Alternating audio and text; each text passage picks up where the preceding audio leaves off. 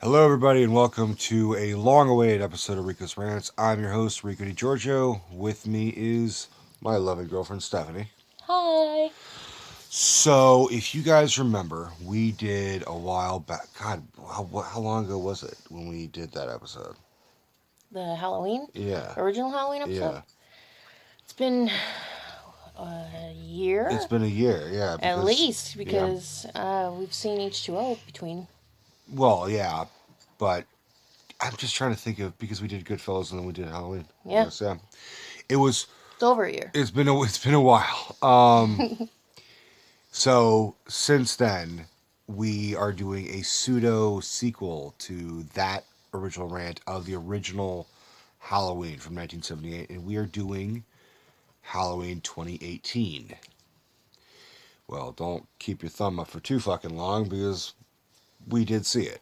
And to be fair, we saw it in theaters when it came out.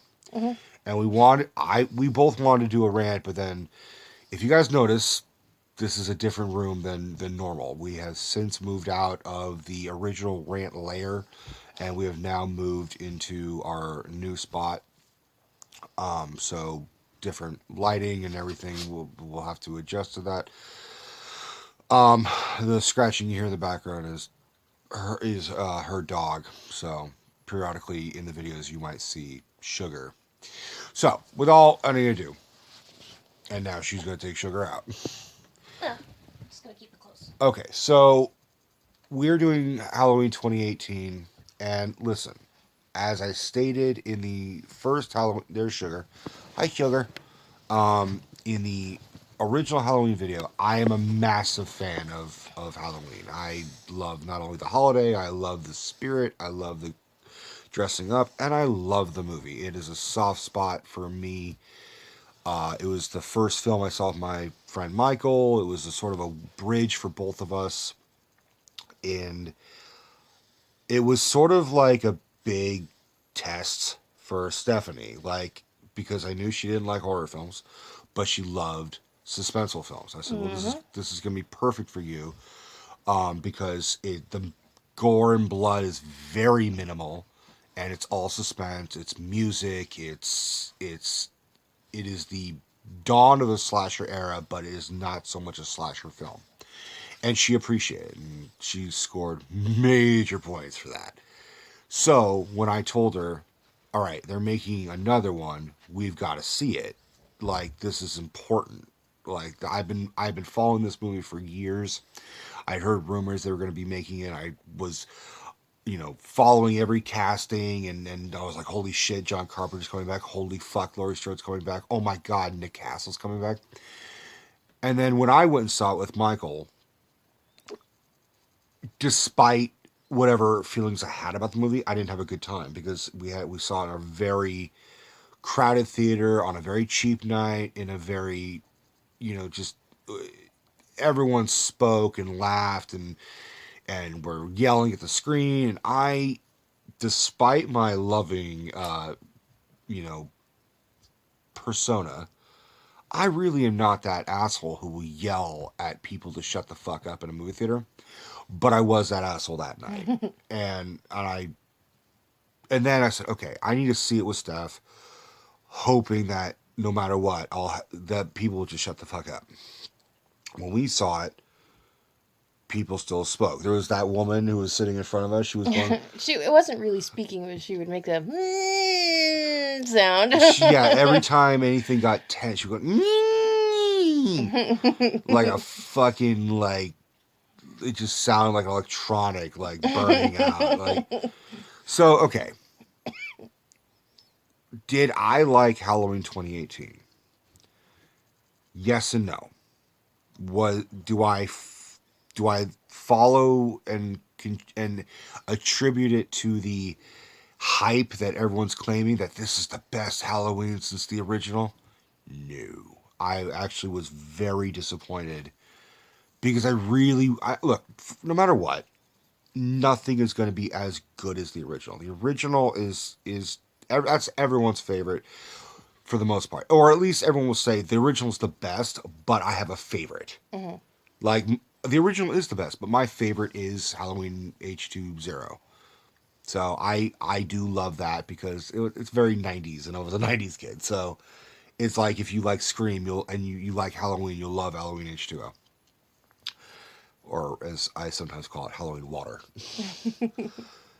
This one in particular, I when I was following it, it had certain things that intrigued me. Like they were ignoring all the sequels. They were ignoring 4, 5, and 6. They were ignoring H2O and Resurrection. But I assumed they were going to follow Halloween 1 and Halloween 2, which was a sequel that came out in 1980, I want to say. Which, pound for pound, you haven't seen it. No, But I've only seen the three movies: the yeah, original, the H20, and this this one, 2018 yeah. version. Halloween 2, I I consider a very worthy sequel. It follows the same exact night. Hmm. It follows what happens to Laurie. She goes to the hospital and how Michael stalks her. It gives an explanation why he is obsessed with her. Spoiler: she's his sister. So then I found out that this movie erases even that. That it just follows the very first, nothing else. So that means it completely disregards the sibling aspect to it, which you and I are both kind of on differing opinions on that. Because I know the lore and I know the history and I know the franchise, and I've just been grown accustomed to the fact that Laurie Strode is the sister. Hmm. And you're kind of like, well, it's creepier if it's just a fucking total stranger. Yeah. And I agree that on one hand, it is fucking creepy that this brother is chasing after his sister for 40 years. I also agree. But that's just like a family vendetta. There's nothing really creepy about that. But here's what I'm saying is that the whole, like, it'd be just finding out that Luke and Leia aren't siblings. If you've been in, No, I understand it's like sacrilegious, but yeah, and that's a word that I kind of used a couple times for this movie. So look, I agree with you that it is also fucking creepy that he is just some random dude who some, picks these random kids yeah, and then stalks them to their death. right. Apparently, Sugar had some fucking shit to say. Okay, the original directed by John Carpenter, written and co-written by Deborah Hill and John Carpenter. So that's different. He comes back, but he comes back as a producer, and he comes back as score. He did the music for the first film, the iconic ba ba ba ba ba ba ba ba ba theme. He comes back, and I gotta say, I like the music in this one. I love the music of the first one more, but I love this theme where he does this boom theme that like it just He uses the original score, but he accents it, yeah. and it gives it a far more foreboding sense to it with the big bass accents at certain measures that just make you be like, oh, like it just adds this density, this weight, this like, oh, this is happening feeling. If the shape, which is Michael Myers' nickname, or what he was actually just called in the script in the first one, if the shape had a sound, it would be that. It wouldn't be the ba ba ba ba ba, but it would be the kind of. And I agree with you. And she knows music better than I do, so I trust her judgment. And I agree with her judgment, and you should too. So the writers, so following following the film, I also followed who is writing and directing this.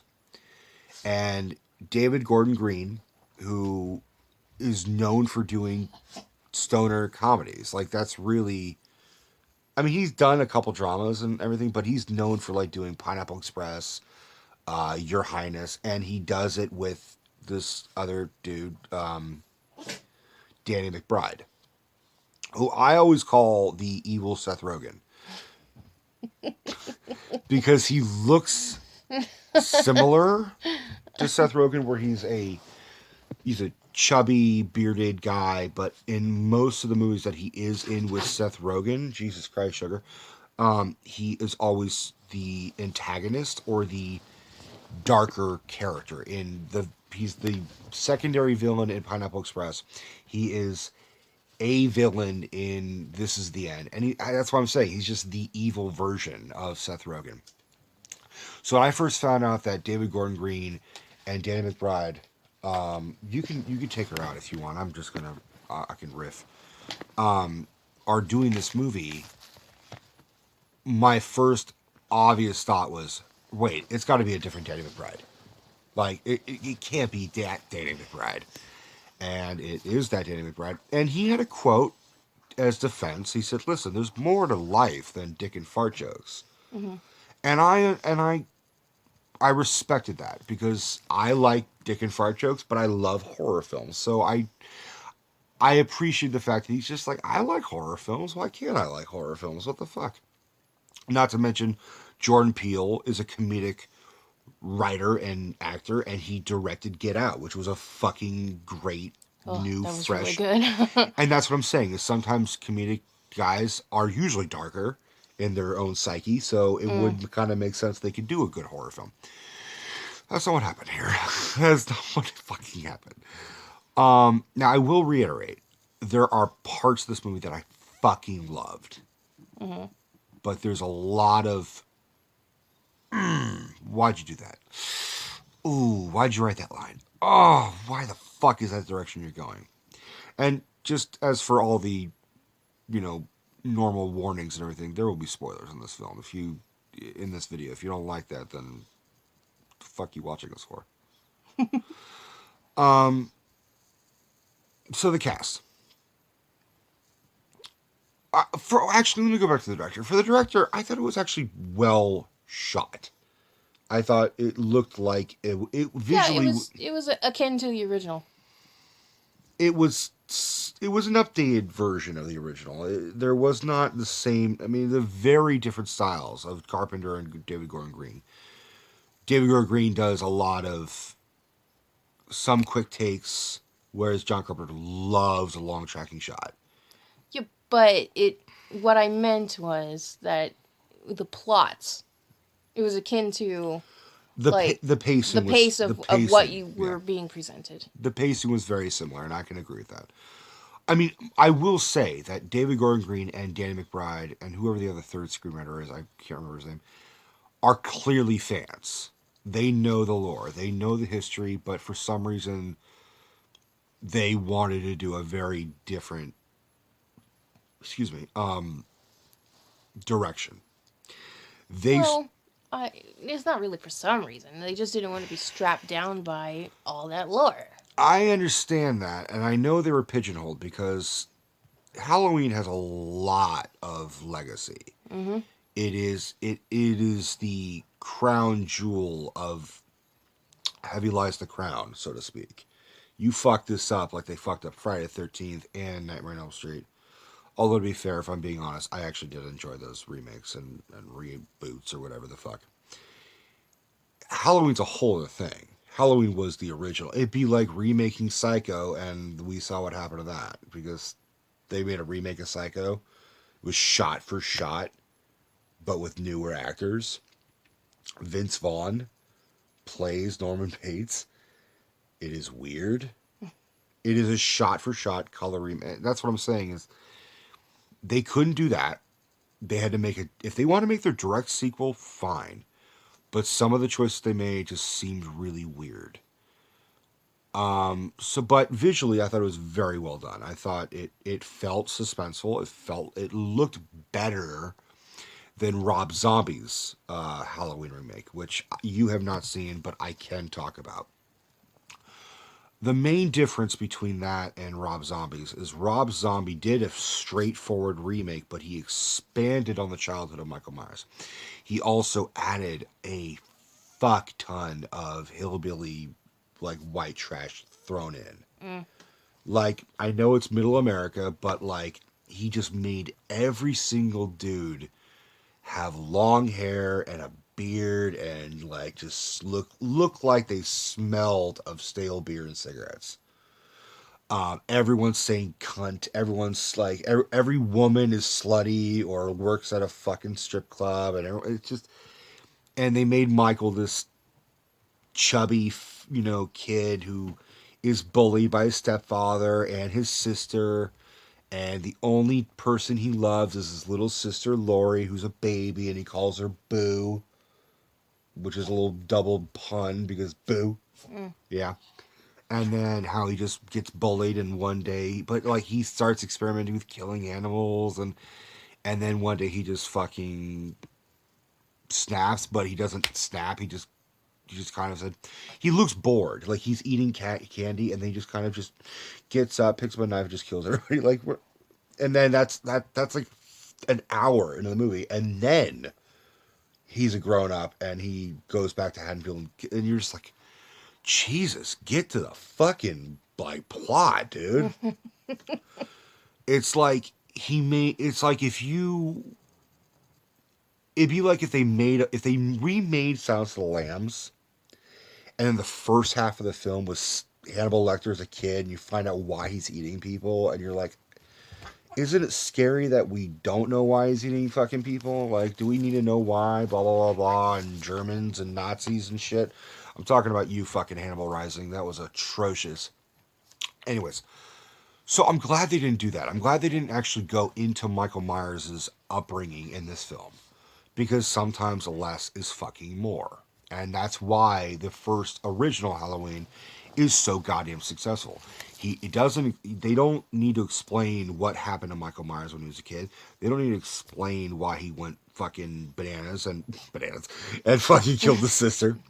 He was just an innocent kid, a beautiful 6-year-old kid with an angelic face who one day just killed his sister, and that is fucking terrifying.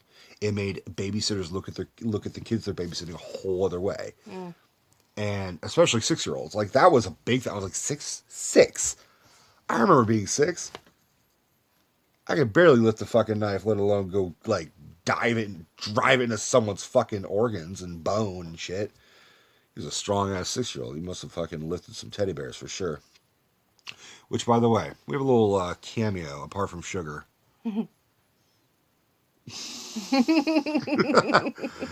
I just had to throw this in, so he's gonna. Well, no. There, yeah, you can hold Michael. So Mm.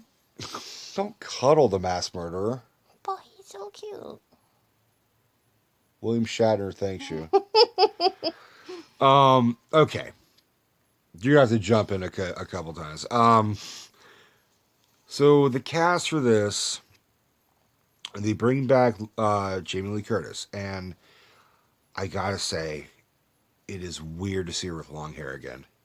It is really weird. After 30 years, 35 years, ever since after Halloween, she's done the short hair look. Mm-hmm. It is weird. Because even when she's been in other movies, apart from like I think Christmas with the Cranks, she's had short hair. To be fair, she hasn't been acting a lot. She's been doing the Activia commercials, but that's it. But she's got short hair and it looks great on her, even with the gray, it looks good. But the long hair, it just fucking doesn't work for me. The wispy, curly, frazzled. Yeah, I mean it's the same hairdo that she had in the original, but No, it's not. it's the same length. It's the same length, but it's not the same hair. I know, but even seeing rewatching the first Halloween and then seeing her with hair that long is still kind of weird for me. So she comes back, and in the promos and trailers, they really fucking like she's this badass. Look at this old woman to cock this shotgun. She's shooting target practice, Yeah. and then you watch a movie, you're like, I mean, There's like practically none of that. there's like one or two scenes where she kicks fucking ass. But like they made it like, look at this. She's a grandma. She's Rambo. She's Grambo. Like, and that's what we wanted. But we did. I mean, she was more badass and effective as a badass in Halloween H2O than she was in this one for me. Yeah. I mean, I know I'm kind of jumping the gun here a little bit, but I really didn't like the plot of Halloween 2018. Yeah, I I mean, I pretty much hated almost all of it. yeah, It was a, in my opinion, it was a very poorly written movie. and that's what I'm saying is that I think if it was written by John Carpenter and directed by David Gordon Green, I could get into it because it was directed fine. It was visually fine. It was a very good horror film visually, Hmm. but the dialogue, and look, I'm not going to nitpick because most dialogue in a horror film is usually atrocious. But this in particular had some lines that I was just, you know what I'm talking about. There is there is a couple fucking scenes that make me grind my teeth into fucking powder every single time. And I've seen this movie 3 times. And each time I just want to fucking punch myself in the face by subjecting myself to watching this. There's a part where Laurie Strode's son-in-law Hmm. is fucking with a mousetrap. And he's putting peanut butter. And he's talking to fucking Laurie Strode's daughter because they're married. Her name is Karen. She's played by Judy Greer. Now, normally, Judy Greer is fine. I've never been impressed by her, but I haven't seen anything that she's wowed me. But then again, I don't actively look for Judy Greer movies. Well, I mean, she's primarily the supporting actress, no matter what she's in. Right. She is always that, oh, you're that woman. Oh, Hmm. okay. But there's nothing wrong with her. And I don't think she is a bad actress, but I think she was awful in this film, except for 1 second. Her character is just awful in this film because she does everything in spite and to spite Yep. what Lori has been trying to reach her. Lori's been teaching Karen for 40 years or whatever the fuck. First 12 years of her life. Right. The first 12 years of her life to be prepared, to learn how to shoot a gun, to learn how to fight, to learn how to fucking blah, blah, blah, and blah, blah, blah, and blah, blah, blah, and to be prepared for when this fucker shows up. And then she just says, "You ruined my childhood, blah, blah, blah, blah. I moved on. I have to let go. You cannot be in my house if you continue to fucking blah, blah, blah, blah." Just resentful, thinks her mom is crazy. And that's what pisses me off is like Karen knows that what Lori went through is true. It's not like Michael Myers. It's not like in H2O where Josh Hartnett is like, you need to let it go. Michael Myers is dead. And she's like, they never found the body. Hmm. He's like, you need to let it go because it could never happen. Whereas Karen is just saying, you need to let it go because they have him locked up. Hmm. Whereas anybody could just see this fucking dude hasn't spoke for 40 years. He's odd. He's not just gonna roll over and die. Well, being locked up is he was locked up before. Like Right. he got out before. Yeah, we gotta keep it down just a little bit. We have roommates, housemates. So there's this part where Karen and her fucking, I don't remember his name. What, did you catch his name? Larry or something? Okay. Whatever. Blot him out. 'Cause he Whatever. was so Whatever annoying. the fuck his name is. I don't even know the actor. And he's fucking with this mousetrap, and he's even talking about like, oh man, yeah, I'm gonna get these little bastards, and he's using marshmallow fluff, and now I'm using peanut butter, and it snaps in his hand, and the peanut butter gets on him, and he's like, oh man, I got peanut butter all over my penis. Now, listen, I'm a guy. Hmm. I know a lot of guys. No one says penis.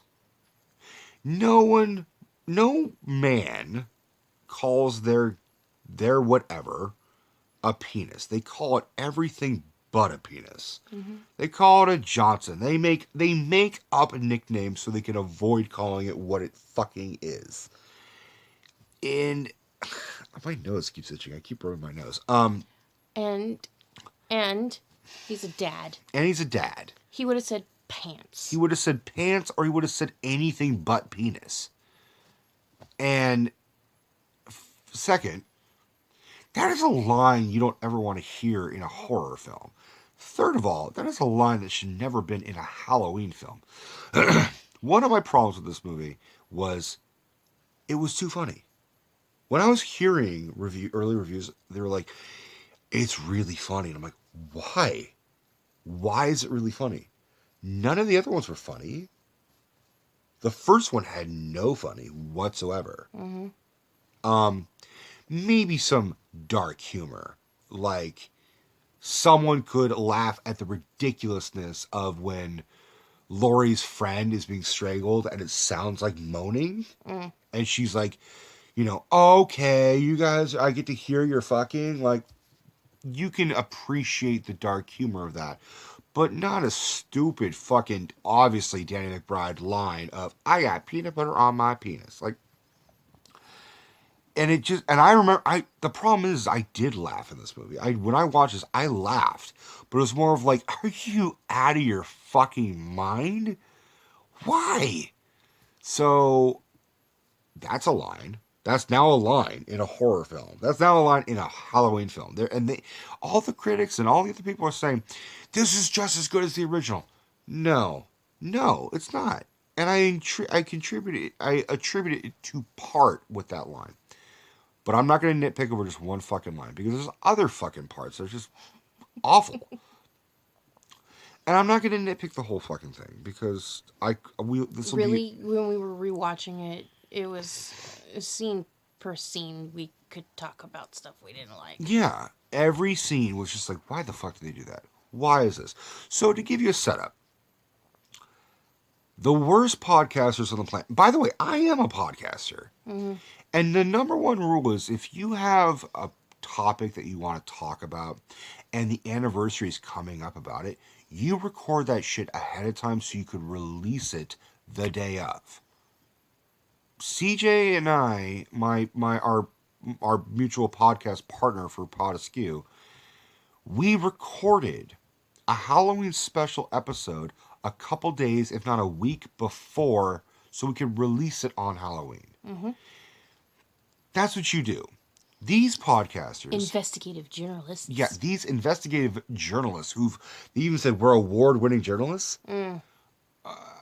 I don't believe that shit for a second because all of their audios was background noise, Mm-hmm. static, Mm-hmm. Leading questions, awful interviews, mm-hmm. with like they're at one point they're at the hospital and you hear or the like alarm going off or the door buzzer. I don't get how these people are award winning when they have everything that you shouldn't put in a podcast. Like CJ edits the fuck out of our podcast and he takes out all the background noise. Mm-hmm. We kept Bart traveling by because I at the time lived near the fucking BART station. So it was kind of like, here's our unofficial third member was Bart.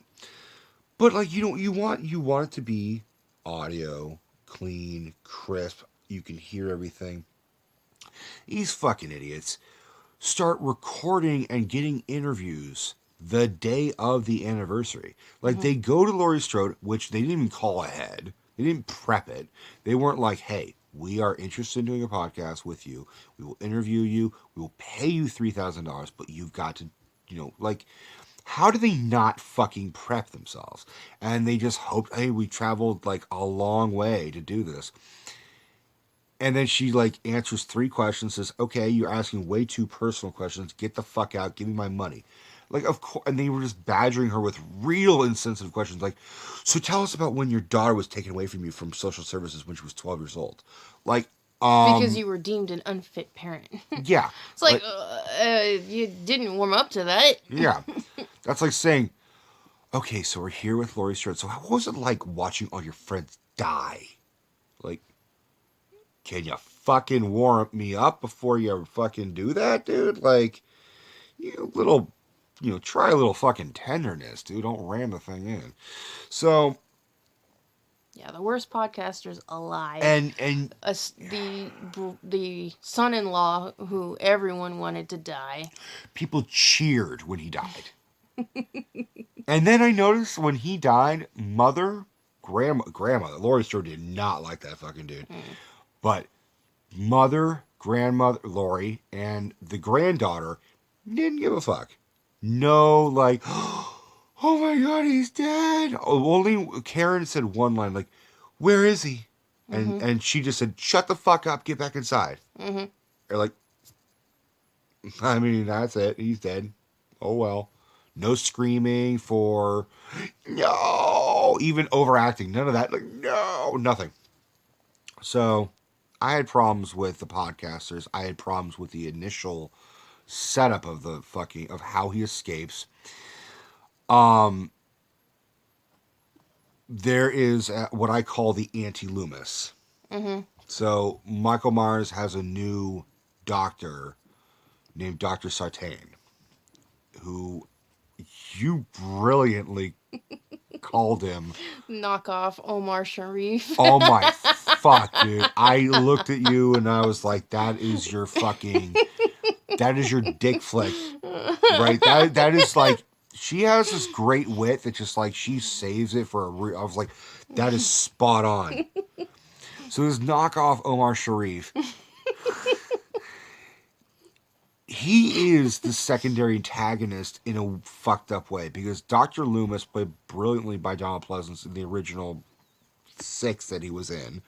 He was in 5 of them, but he was up to the 6th one. They skipped the 3rd one. Is all about keeping the evil locked up, never letting him out. Whereas this fucking dude, Dr. Sartain, wanted to study the evil in the wild, as he puts it, to really study what true evil is like. So he orchestrates the escape, lets Michael out through the bus because they're transferring Michael Myers to another facility where blah, blah, blah, blah, blah, blah, blah. I mentioned this when we were watching it. How come he is a federal fucking prisoner? He's a felon. He's a felon. How come there's no cops, even in separate squad cars, following? I can understand budgetary concerns and cutbacks and blah, blah, blah. But this is Michael fucking Myers. Like, you want to make sure that motherfucker gets locked up. Other thing, how come the podcasters who are obsessed with this guy aren't following him? Make sure. That he makes it to the destination. They're so awful at their job. Not to mention, they provide him with the fucking mask, which I was like, what's this fucking friend this podcaster have that just stole evidence? Can take evidence out of its bag. Yeah, that like said, oh, I have a friend who works for the district attorney and he lent me this. Really? He lent you the, like, he lent Not you, possible. not fucking likely. And he just, and then Michael Myers just happened to find them. Like, they stopped at that gas station. Michael Myers was already there. So this works out for the convenience of a plot. But if you just think about it, like, there's no fucking way in the chance of a million that they'd be at the same gas station where he just happens to have the mask that he wore from 1978. Like, you know, one thing I will say this about Rob Zombie's remake is adult Michael Myers goes back to the house where he had hid the mask. So he breaks through floorboards and finds the sort of disfigured, rotted mask. You can also say, well, he never had any fucking time to put it under floorboards and hammer them back and blah, blah, blah. But at least it shows that that's where he got his iconic mask back. I at least appreciate the effort, even if it wasn't executed properly. This fucking thing, oh, they just happen to have the original mask in their fucking trunk. He kills them in the bathroom. We all cheered. And then, Well, I yelled, but yes. yeah.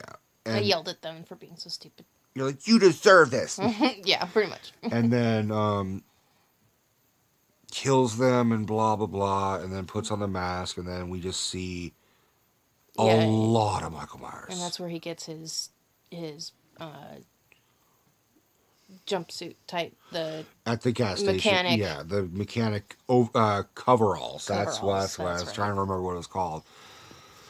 This fucking outfit. So the coveralls, the gas station attendant coveralls, the fucking William Shatner white mask, and the fucking You know, it's amazing how effectively scary that is. I mean, not on him, he's cute, but and the thing is, I guess I know the original mask so much that when I saw this one, I was like,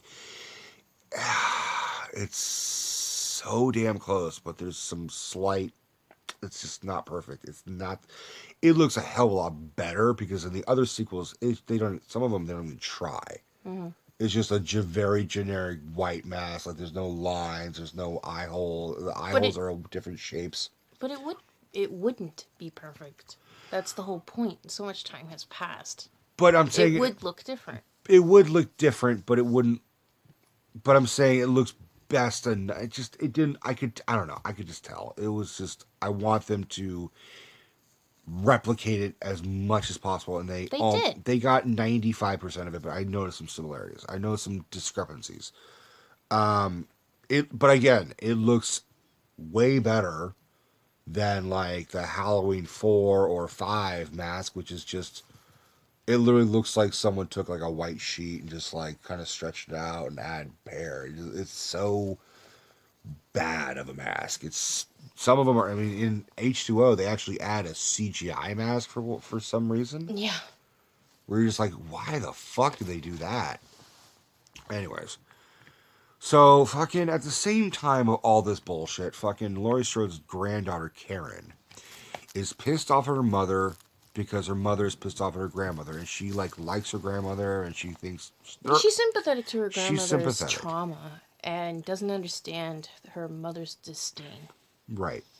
And she knows her mother's lying to her. She's like, "Did you invite grandmother to this thing?" She's like, "Oh yeah, I called her. She said she can't make it." And then like, really? Because I saw grandma. Earlier Yeah. that day, well, she didn't confront her mom, No, saying, but but earlier that day she had seen grandma and she was like, it had a conversation. she gave her the $3,000 that she got from the podcast. Yeah, which was awesome. She's like, "Go to Mexico," which they all should have. If I'm being fucking honest, I would. I mean, can you imagine Miguel Myers chasing after them like in Mexico? That's a movie I'd like to see. Is them running the fuck away. Why the fuck did Laurie stay in Haddonfield? The ending, it was a trap. They could have put a trap in fucking else. Why would she stay? She stayed as close to him as possible. Yeah, but she also didn't do a very good job. I have lots of complaints. Look, that's one of my complaints is that Dr. Sartain lets Michael Myers go. Mm-hmm. Now, look, I am fine with an anti-Loomis. I thought it was a kind of a nice twist. Yeah, when I originally saw it, it kind of blindsided me. Yeah, it blindsided me. It blindsided the fucking cop too.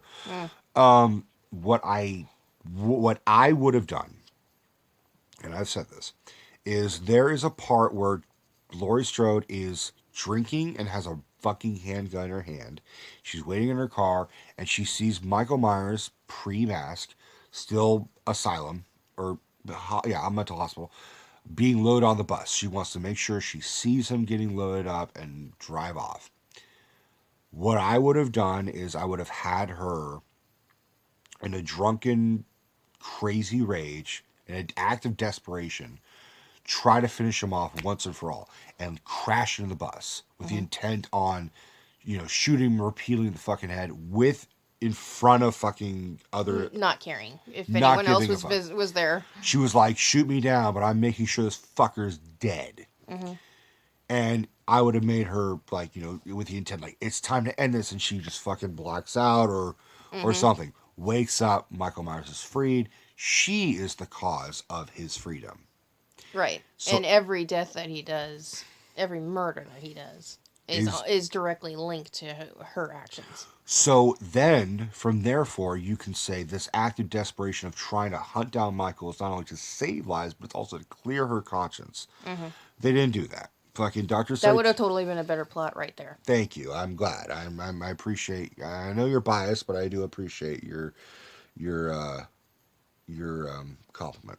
Well, it's just her desperation. Mm-hmm. Don't get me wrong, trauma is trauma. But her desperation would have made a lot more impact. psychological impact. It also if it was because of her actions. it also would have been a great couple scenes for other characters to give her shit. Mm-hmm. To be like, you let him out. Mm-hmm. You fucked up. And she was just like, I tried. I did. Because that would have been a nice throwback to the original, because in Halloween 2, do you remember the sheriff is with Dr. Loomis in the original? Yeah. And then his daughter is Annie, the one who gets killed in the car. Mm-hmm. So in Halloween 2, they follow that up where he goes and finds his daughter's body. And he yells at Loomis like, you let him out. And you see this look, and that's what I'm saying, is Pleasance does such a great job.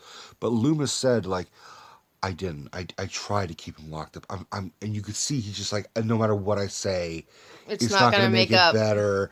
But he's like, I tried. I tried to keep him locked up. They let him out. And this look of, I didn't mean to. Stop. I'm sorry. That would have been a nice fucking homage to do that. Just be like, I tried to end it. I didn't mean to. I'm sorry. Mm-hmm. But they failed. And Dr. Sartain, just raspy, like, I kind of sound like, I can't do it very, I probably could, but, you know, he's very just fucking poor man's Omar Sharif. That's really what he is. He kills a cop when they see Michael Myers and they fucking hit him and run him over. And then, like, the cop who was there from the first murder in 78, as like a deputy, wants to shoot Michael Myers in the head, and then fucking Dr. Sartain has this weird pull, like this, his pen comes out with a fucking blade. He stabs him in the throat and kills him and stabs him. Yeah, it has a hidden scalpel. Yeah, which is fucking badass. Not gonna lie, it was It was pretty fucking cool. But then he puts on the mask, and that is sacrilegious to me. Oof, I was not happy with that. No one should ever wear Michael Myers' mask except Michael Myers. Mm-hmm. With maybe the exception of, like, Laurie Strode going so fucking nuts after she, like, defeats him that she puts on the mask. That's fine. But then again, they're brother and sister, or maybe they're not. They're not in this film.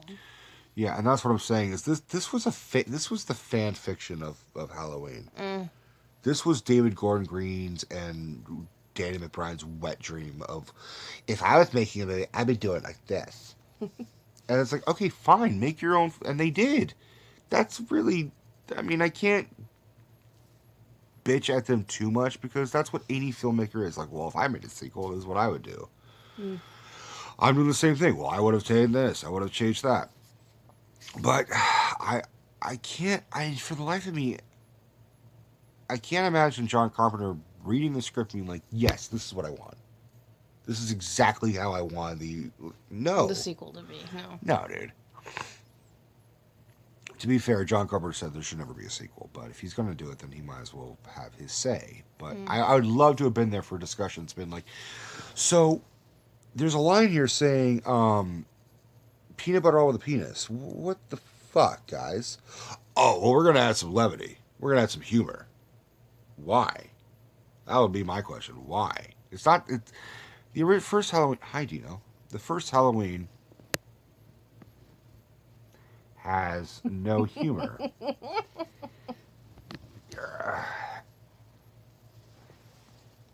This is becoming a full house. Sorry, guys. There should be no humor. It should be very... I mean, we talked about that already. So... Now we're glossing over a lot of the plot, but we're getting to the finale. The finale is the three Strode women, Lori, Karen, and Allison. Allison spelled with a Y instead of an I. Don't Ralph Garman it. Don't fucking. You know what? Who does that? You know what? I don't give a shit. It's not that big of a deal. That is not detrimental to the plot, and you know it. Who does that? Apparently Karen. You blame it on the dad. Yes. Because he makes shitty decisions. All the time. Does that make you feel better? Yes. Okay. So, they're in Laurie Strode's house, which has just got, she's got like a bunch of locks on the door. She's got A panic room. she's That at is the basement. the basement has a what is that? What are the things called? The trapdoor thing that, but it was like an island. Is that what you call it? Yeah, that's the island of the kitchen. So the island of the kitchen is like a trapdoor, and there's a trapdoor underneath. It was stairs leading to a fucking bunker, basically. Mm. Guns, food, ammunition, blah blah blah blah blah blah blah. And there's also like the house had some good things. Like I like some of the details. Like they gave her a bunch of firewood. Like they made it look like she does her own shit. She preps. Like, Mm-hmm. but Michael tracks her there. And I didn't even like the way he tracked her because I'm like, there's no fucking way he knows where she lives because this is not where she originally lived. It's out in the middle of fucking nowhere in the woods. And, if you watch it, you can argue, well, Dr. Sartan, got him at least close by. Yeah, he got him close by, but Michael Myers doesn't know where the fuck anything is. Yeah, but he saw the cops coming forward. It's From the another, same direction of the fucking car. that It's doesn't, probably going to be the first fucking house. I mean, come on. maybe, but, I mean, even still, if it just showed Michael Myers walking, like, driving up and like, oh, this is the fucking house. And then, really, dude? Um, I don't know. There are just some parts that I wish they would have expanded on and then taken the fuck away from on certain other parts. Like my favorite part that should have been completely fucking cut is the whole fucking Vietnamese sandwich thing with the two cops. Okay, I know I'm complaining a lot, but there is a fucking part in this movie where these two cops, and you argue it was for levity and No, honestly, like, it's the one scene where nothing terrible happens. There's nothing, no one's going off, no one's arguing, nothing's getting blown up, there's no murder. It's just a down scene. it's just two guys talking about sandwiches. Well, they're all talking about the meal as they're doing a stakeout. It was them. It irks him to no other. Didn't bother me at all. It was them trying I mean them. I mean the filmmakers and screenwriters so desperately trying to emulate the quarter pounder with cheese scene from Pulp Fiction, and it just fell flat. They're arguing about fucking sandwiches. They're talking about like that's what your lunch is a brownie. That's what a 5-year-old would make if he made his own lunch. Just so goddamn stupid. And it made me just fucking hope Michael Myers killed these fucking. He does, but you don't even get to see the satisfaction of the death, Which was gross. which was fucking gross for you, yeah. But although I would argue the fucking head stomp was even more gross. Dr. Satan gets his fucking head stomped on by Michael Myers. He's like, "Speak to me," and Michael's like, "Fuck you," and stomps on him. "Speak this, fucker," and brain just sprays out everywhere. It looked like fucking. It looked like brain, but it looked like it looked. I don't know. There was something about it. It didn't look like your traditional brain. It looked. I don't know. Because it was It was it was squished. minced instead of it being just anyway. Anyways, so now we're in the fucking house. Fucking dad gets fucking strangled like a fucking idiot. And then, but here's an inconsistent that we discovered. Mm-hmm. It shows his body outside, and then later it shows Michael Myers had shoved him in a closet on like the top rack, and there's like no fucking way Michael Myers would have the time to do it. So fuck you guys for trying to fucking be like, oh, look, jump scare. No, Michael Myers would never. He would never do that. I mean, he would do that, but he didn't have the time. One thing is that he had a couple of his fingers blown off. Yeah. So he was bleeding. He was bleeding. Yeah. If he had gone outside to get the body and brought it in and lugged it up the stairs and put it in a room in the closet, he would have been gushing profusely, and that was not the amount of blood that was shown. And not to mention, he wouldn't have had the fucking time to be like, oh, I got my hand blown off. I'm going to go outside and pick up a dude because that makes sense. Yeah. And then I'm also going to drag him out. I mean, it takes Laurie Strode a matter of a minute and a half to shoot his hand, go downstairs, shoot up in the fucking ceiling for no fucking reason, Michael Myers stumbles, and that's when he goes upstairs. He doesn't like, oh shit, she shot me. I should go and fucking grab the dude's body. Right. Just a fucking just. It was them trying to be cheaty, and then it didn't work because we noticed that shit. Because I noticed that shit. So at this point, the granddaughter Allison shows up at the house. Now all Strode women are in the house, but Laurie is stalking Michael Myers, who's somewhere in the house, hiding in a room because, as you said, why the fuck does she have all these fucking doors? Why the fuck does she have all these rooms where he can just hide in? And I don't have an answer for you because Laurie is awful at prepping for 40 years. I mean, it really bothers me because she did so well in making those steel things that come down so that he would be trapped in the room if he was there, and so that he can't go in there if he's not. But why does every room have a door? Why? There's no reason. She's the only one living there. Why does every closet have a door? Why is there shit that she's never gonna use in the house? Why are there mannequins upstairs? Thank you. Why is there a whole room full of fucking mannequins? Now, I will admit, that was a creepy scene. Yeah, it's creepy, but why? But it makes no sense to someone who's preparatory. There's no point because there is a scene where she shoots mannequins as target practice. Yeah, Great. Out on a target range. Right. Why would she fucking lug them upstairs to take them outside to shoot them? Or, alternately, why would she shoot them and then take them back inside? Like, what the fuck?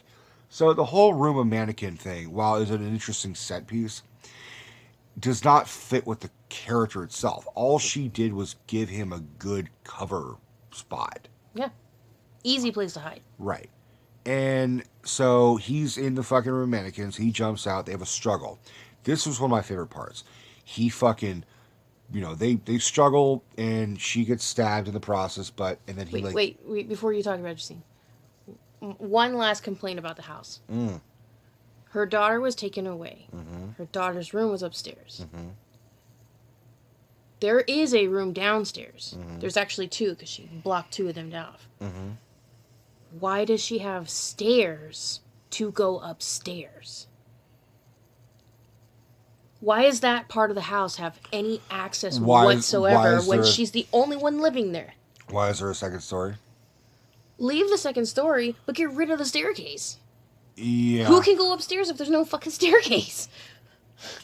Like, I'm with she you. could have totally partitioned that half of the house off completely. Yeah. Or at least maybe set a trap for, one of the steps. I mean, what I guess I would have wanted to see is Laurie Strode home aloneing this place. Setting traps all over the house so Michael, stumbles and fucking... Even if it's a fucking paint can, I would have been like, alright. Or having nails in the fucking floorboard so Michael gets all fucked up or he gets pinned or something. Anything. But the only thing she fucking does is she's like, okay, I got steel bars that go through door frames and down and grate so he gets trapped in rooms, and then I have these little fucking things that set the house on fire. Okay. So, what I was saying, one of my favorite parts was she gets thrown off the balcony and lands on the ground. And he looks, sees her on the ground, and then he hears fucking Allison go, Mom, and he turns, and then he comes back, and she's gone.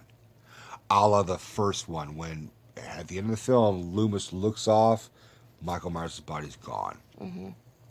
So that's what I'm saying, is things like that, I'm like, fuck, that is so goddamn good.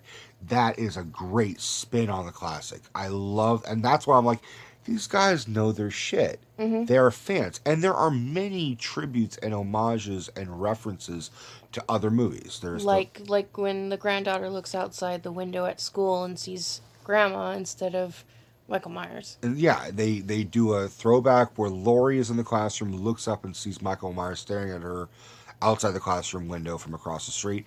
The granddaughter looks up, sees her mother staring at her from across the street. Grandmother. In so many ways, they were like, Laurie Strode is another Michael Myers. She Yeah. started out as She, prey, now she is also a she's a predator. hunter. Yeah. But she's so then she's gone, and then Michael's like, ooh, and then she sort of stalks him again. He goes after the fucking daughter and granddaughter in the fucking underneath the room.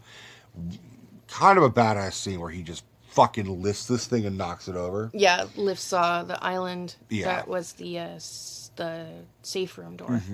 And then this is where, very briefly, what's her fuck? Katie? Karen. Karen. Judy Greer redeems her character, but she's off of the whole film. And she's holding her fucking Customized weapon that she had as a child. her fucking oversized BB gun that she had when she was a little girl, with her initials carved into the fucking barrel or butt. And she's like, "Mom, I can't do it. I can't do it. I'm sorry." And then Michael Myers just steps in the frame. That was cool. Just boom. And then she's like, then all this, I gotcha. And then just fucking shoots him. And you actually, for the one of the first times, you hear Michael Myers go, like grunt.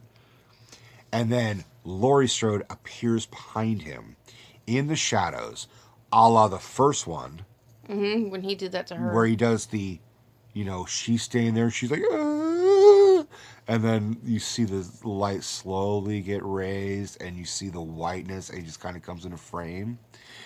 They did that, but sped up, where she's like, "Happy Halloween, Michael," and just like, boom, stabs him or shoots him or whatever the fuck she does. Stabs him, knocks his ass down the stairs. The other women start running up. He does I have to mime it. He does the thing that he does in the original, but he does it super fast. I'm just like, oh, come on. Like that was for me the fucking best part of the original film, where in Laurie Strode's just like, kind of like trying to recover trying after to she stabbed him with the knitting needles. No, that was downstairs. She stabbed him with a knife from the closet. She's in the stomach and then drops it next to him. Where Michael Myers is in the background, and he just does, and then all right. Let me do it better. He does this and then turns. That whole thing is what scared me the most, because he doesn't like grunt. He doesn't shift. He just raises himself up and then just turns and looks at her. That is terrifying. So when they did it, it was just super fast. I was like, oh god, you guys ruined the moment. But okay. Then Michael Myers tries to fucking claw at them from the stairs, and they all kind of like kick him, and then the granddaughter stabs him and slices his hands, and then Laurie ignites a trap door, which like steel bars go through. Which my whole thing was, wait for him to be halfway through, then do it. Right, Pin so it. that he gets cut. He's pinned. He's just like, I can't move, and he's like stabbed through this. Yeah. Like gotta go through here and here and here, not just be like blocking him. He's like, and then they like ignite all these fucking Gas mains. that are all around the house. She has a fucking few what are those things called? Flares. Flare. Here's a flare, and it says goodbye, Michael, and drops it down. And this is a great shot where it shows him just staring up at these three Strode women, and the fire ignites, and it kind of causes a little explosion, and he doesn't budge. He just stares right there. Explosion around him. He's just staring right into them. And then that's it. He is presumed burned to death again. He's presumed dead again. Yeah, because he's just trapped in the basement. Right. So here's the possibility. They have already discussed a possibility of making a sequel. Mm-hmm. Allegedly, David Gordon Green and Danny McBride said they have ideas for a sequel if the movie is successful enough. Now, here's one or two things that I think they would do. One, Michael Myers survives. How? In which case, Laurie Strode, for the past 40 years, has been awful at her fucking job as a prepper for fucking Michael Myers' return. Her whole obsession has been Michael Myers will get out. He's going to come after me. I got to prepare for this. I'm going to trade my daughter. I'm going to trade myself. And then she fails. and then somehow Michael Myers gets out of the house. I don't. I mean, you could argue that fire, you know, damages wood, and then he can just break right through it. He obviously doesn't give a fuck if his fingers get blown off. But he's in the basement. I don't know what to tell you, but if they bring his ass back, it's going to be a cop out way. It's going to be Halloween Resurrection. You know what I'm talking about. The other alternative, which I think if they have to make another movie, I think Laurie Strode should snap. I think she should be the fucking new killer. I think that would be very John Carpenter-esque.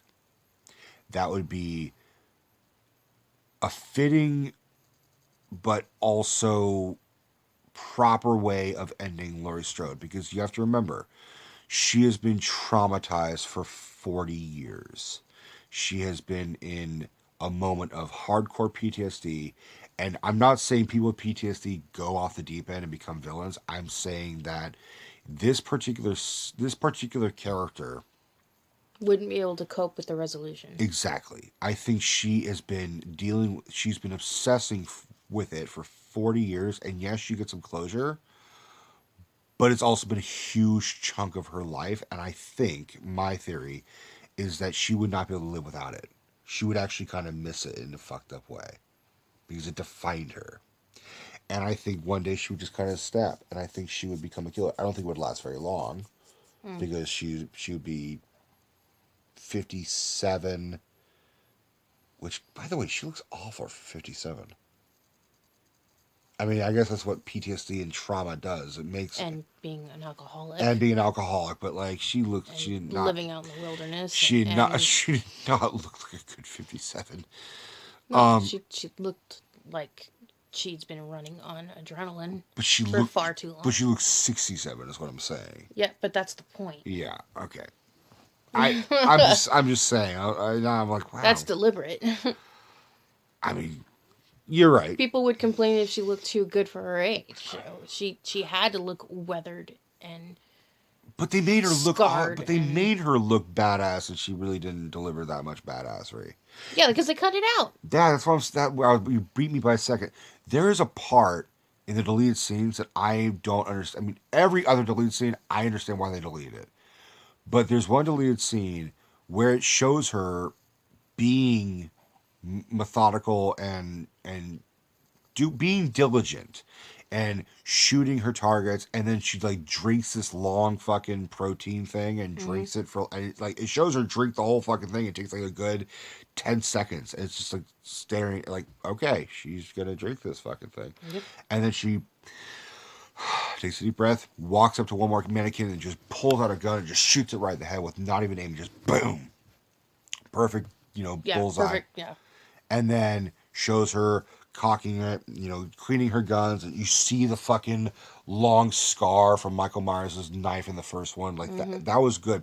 All this shit, the deleted scene was all the shit that was featured in the trailers. And I'm like, why the fuck didn't they take it out? And then it shows her cleaning all her guns, prepping all her guns. And then taking one and... a revolver. Her favorite. It never jams. It never jams. And putting it underneath her chin and contemplating suicide. And then the buzzer rings, and that's when the podcast guys are at her fucking door. Mm-hmm. And that was such an integral part. I can't imagine... of her character. Why did they cut that out? Because they don't know how to make a horror film. That's the point. They said, you know what, we need more people dying. Here's the thing. They focus more on the deaths and Michael Myers than they did on Laurie Strode. Yep. And that is not what you need, because I mean, hand it to them that they recreated the same night, in a sense, where the granddaughter, Allison's life, almost directly mirrors what happened to her grandmother. In that all of her friends die horribly in almost exactly the same ways. Except she barely did shit. But Allison is not her grandmother. It's not Laurie. It's not even close. No, she just screams and runs. Yeah, I mean, okay, at the end, she stabs Michael with his own knife. Big fucking deal. Everybody who's run from Michael at one point has punched him in the face. There no, Yeah. there. That's my point. Is Laurie Strode is the Princess Leia of horror films. She is a badass. She Mm-hmm. is the original Scream Queen. I mean, you talk about Heavy Lies to Crown. Laurie Strode, Jamie Lee Curtis is that. You could argue Janet Leigh, her mother of all fucking things, was maybe the original Scream Queen, but I'm saying For the they way that we view horror films now. they did not respect the character of Laurie Strode. That's why I loved Halloween H2O more, Yeah. because they focus on her alcoholism, they focus on her PTSD, they focus on her nightmares. They did, and one of my favorite parts of the whole Halloween franchise is in Halloween H2O when she like tells her son and his girlfriend to take the car and get the fuck out. And she's like, "I'll be right. I'll be right behind you." Blah blah blah. And then she goes over to the fucking gate and like breaks it with a rock so it can't Yeah. open. Uh-huh. And then she picks up this axe and the camera pans out and she yells, "Michael!" And then the music just boom, dun, dun, bum, bum, bum, bum, like just swells. That is one of the best badass moments of Laurie Strode ever. And them trying to fucking retcon it for this is a disappointment. It is just, I mean, you now the great thing is that if you want to just fucking like, there's your first one, there's Halloween, Mm-hmm. and if you want to expand, you can go Halloween 2 and then H2O, or you can do Halloween 1 and 2. I think it just No. Or you do Halloween and Halloween 2018. no, it was recording and then it kind of stopped. I think it's doing another video. I don't know. We did that once before. Then it's Halloween 1 and 2, and then you go 4 and 5 and 6. Or you could just do Halloween and this one, Mm-hmm. ignoring 2. So you have like many different directions you can go, depending on what kind of fucking. It's like pick your adventure books. It really kind of is. Like, it really kind of is pick your own adventure. You know, choose your own story, and then I would probably argue that's a great way of finding how awful someone is. It's like, okay, how do you find the Halloween films? Well, I like Halloween 1, 2, and 7. Good job. How about you? I like Halloween and Halloween 2018. Fuck you. And how about you? I like Rob Zombie. Fuck you. I like Halloween 6 and Resurrection. Well, you shit. Shut the fuck up. How I would rank this one with the other ones, you know, I said this online to, and look, I know we're gonna piss off Ricardo because he really, really enjoyed this one. I said to him, when you're looking at Halloween 5 as better than the newest Halloween that everyone's claiming is the best one, that's when the filmmakers failed. I have no real problem with Halloween 5 because it's very straightforward. Like, okay, Michael Myers kills teenagers. This is what happens. Blah blah blah. They focus on the characters though. They give the character. They you. This didn't give a shit about the characters. Every character that was introduced in the film, you didn't mind dying. You had no love for anybody. No. I cared about the babysitter. Her friend. Oh, okay, yeah, okay. That's actually one part. One of the The highlights of kid. this. It was amazing. One of the rare highlights of this movie is this fucking kid who gets babysat by the friend of Allison. Mm-hmm. So goddamn funny and so real, and just be like, you know, how do you phrase it? He's like, He's like, I know your friends are coming over so you can uh, smoke weed, smoke weed, yeah. and she's like, no, dude, like Alakazam's like magic, like abracadabra. he's like, I'm gonna tell my mom on you, and she's like, oh, I'm gonna tell your mom about your search Your browser history. your browser history, and she's like, I mean, and I was like, that is exactly how a little kid would fucking act. Just be like, I mean, why would you do that? And then there's a part where he, when my the a really good scene where Michael Myers is in his closet. He's like, "Will you close the closet door?" She's like, "Okay." Close, and it won't close. It keeps banging off Michael Myers' face. I'm just imagining Michael's like, I, "What the fuck? no, What not the his fuck?" face, his shoe. Oh, come on. Give me that. No. Let me imagine it's just like, and he's just standing there like, I mean, this sucks. And then she opens the door, and Michael's like, "Meh," and stabs her. Mm-hmm. And then the kid just goes, "Oh shit," and runs the fuck away. And then he runs downstairs, like, he yells at her boyfriend. He's like, "Dave, don't go up there. You're gonna get killed." And then just runs the fuck out. Mm-hmm. That kid was the only fucking smart character in this whole movie. Mm-hmm. Because he's like, he's like, "No, send Dave up there." Send Dave first. Yeah. It's like, "Shut up, Dave." I love his delivery. That kid was fucking awesome. See, that's when humor is okay in a horror film, where it's like, that's when levity, that's when a breath of fresh air was fine, because you have a tense moment, but it's really fucking funny. And then fucking banh mi sandwiches, fucking peanut butter penises. But that whole scene, you know that something dreadful's happening. Like, you have this underlying current of dread. Because you saw in the trailer. The trailer did ruin that. But I'd rather have that than peanut butter penises. Yeah. Yeah. That was just terrible. Yeah. All right. So, guys, what'd you think? Thank you for going through this hour-long rant. We really embellished it a lot. This is probably the longest fucking rant I've ever done, actually. Mm-hmm, no. No? Well, I think recording a podcast has definitely ruined my pacing. You want to talk about pacing? I've ruined it. No one's going to watch this. That's okay. Ricardo is, and he's going to be mad. Ricardo is going to watch this. Sorry, Ricardo. You know what, dude? The music was awesome. It was beautifully shot. But the characters, with what they were handed, performed it very well. Yes. But the plot was shit. The characters, I'm sorry, should have been expanded upon. It would, out of a 10, I'd give it a 7, which is me being generous. Yeah. Because the 3 movies that I've seen, original, H2O, and this one definitely ranks last. Yeah. It is the worst. Yeah. And you don't give a shit about the franchise, really. You came into this fresh. Mm-hmm. But you have no interest in seeing the other ones. And I guarantee if they made a sequel to this, you're going to not even want to go. No, I'll wait for it to come out. You'll watch it, though? Like, if it's, free on HBO. Free on HBO is not free.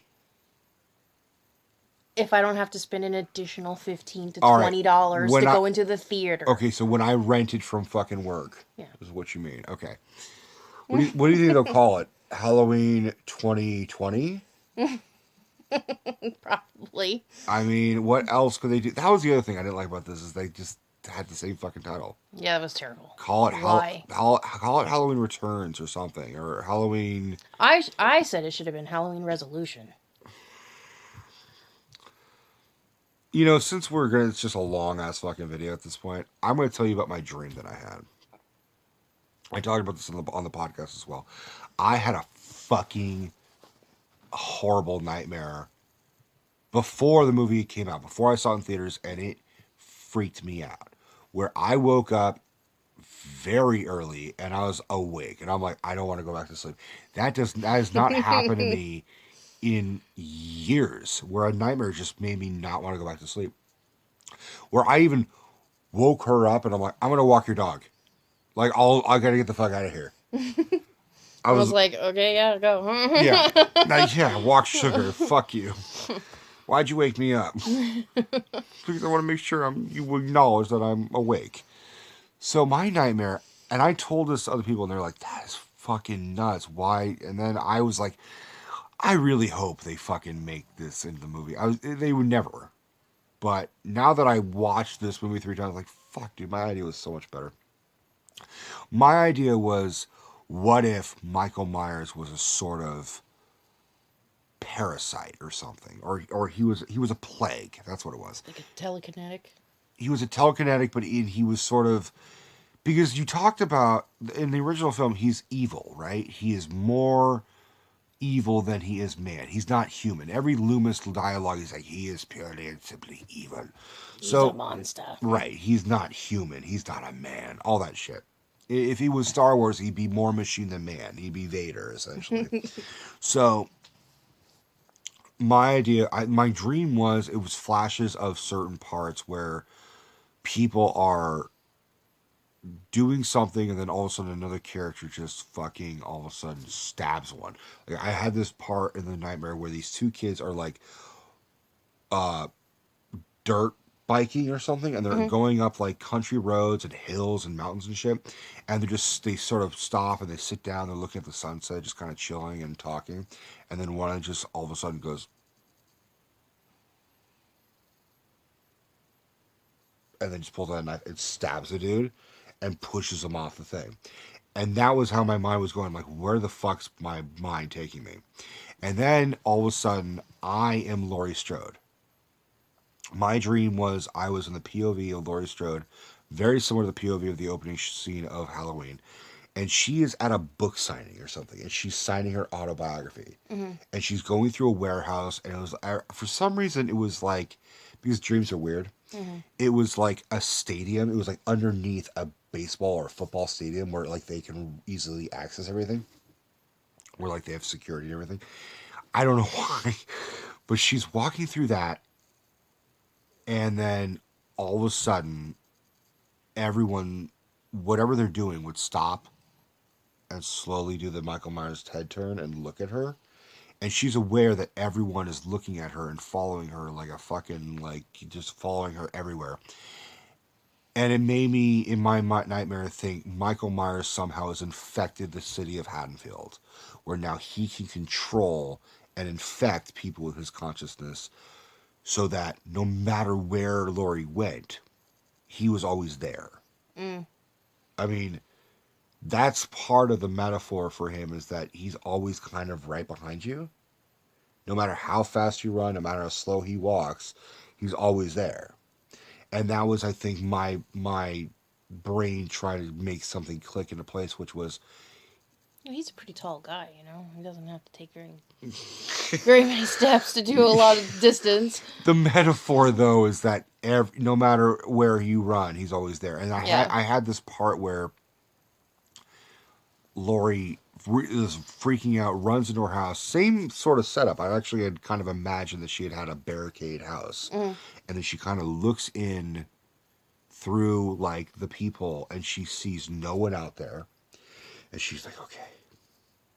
And she looks again, and she sees a whole mass of just people staring at the door, like from a distance, like a whole mob. Just, and they're not doing anything. They're not marching. They're just standing there and just doing this shit, like the Michael Myers head turn. And then all of a sudden the crowd kind of parts, and Michael just starts walking through them. Mm. And then I don't know where the nightmare went, but it freaked me the fuck out. And in some ways, I think I would have rather seen that because that at least scared me. That pissed me off. So Ricardo, sorry man. I mean, Well, there is one other discrepancy, if we can elongate this, between how you and I see Michael Myers. okay. Is that you say he has a sick sense of humor, Mm-hmm. and I disagree. Okay. That all of the prepping and posing and everything that makes the particular characters that he's stalking Mm. shocked, I think is his method of making Disorientation. them disoriented. Mm-hmm. Not that he's poking fun and laughing at them. I think it's both, if I'm being fair, because I do believe that when he does that, the poses, and then Laurie runs and finds them, all like the first one, he does it to disorient her. But I also think he does have a sense of humor in a weird way. Like in the very first film, he stabs the dude against the wall and then just kind of. Well, he's always done that observatory behavior to the murders that he's done in the past. I mean, they saw that, you see that in the opening POV when he's stabbing his sister. He's watching the action of the murder It's, more than watching his sister be murdered. and I think Right? And he does that over and over and over again. It's not the fact that he's done the murder, it's the result of it. And he's really curious of the process. see that's why I have another problem with this movie. Well, because he did it again when he stepped on the Anti-Loomis character. Yeah. When he squished the brain, he's like, But see, you made a good point, which is like, in a weird way, he's almost like a child observing the murder itself. But this Michael Myers was very much like he is driven to kill. He wants to kill. He kills everybody who's in front of him. right. He's not curious about the murder. He kills to keep going. Well, Whereas in the first one, it looks almost like he enjoys stalking. He enjoys the staring at people. He enjoys the putting on the sheet and the glasses and like fucking becoming other people. He enjoys that. He's almost like, in a weird way, he's playing. That's why I'm saying he's got a very weird sense of humor. He's got a very dark sense of humor. Whereas in this one, it was all stab, stab, murder, murder, stab, stab, murder, murder. It was not. I mean, apart from the part where he makes a human jack-o'-lantern. Oh, it's disgusting. Right. But you see what I'm saying? And I don't know. It's just like the best friend who gets stabbed at the gate. Yeah. The friend could have very easily been slumped to the floor. Michael Myers made sure that he was strung up, pierced, so that he stayed up at the gate. Yeah. Like everything that he does as a preparatory behavior for a shock factor. Yeah. To disorient his prey. I don't think he's laughing. I don't think he's finding it funny. I think he's just using it as a means of having the ability to be the upper hand on the situation. I think we're both right, is what I'm saying. I think he does. I think he enjoys it, and I think he also is grateful that it fucks people up for his own benefit. Look, obviously we could keep talking about this. I think we should end it. So, on that note, guys, what did you guys think? Did you like the 2018 Halloween? Did you like it better or worse than the other sequels? Do you think this is a fitting sequel? Because I didn't. And if you made it through an hour and 22 video, good for you. If not, you're not going to see this anyways. Bye, guys.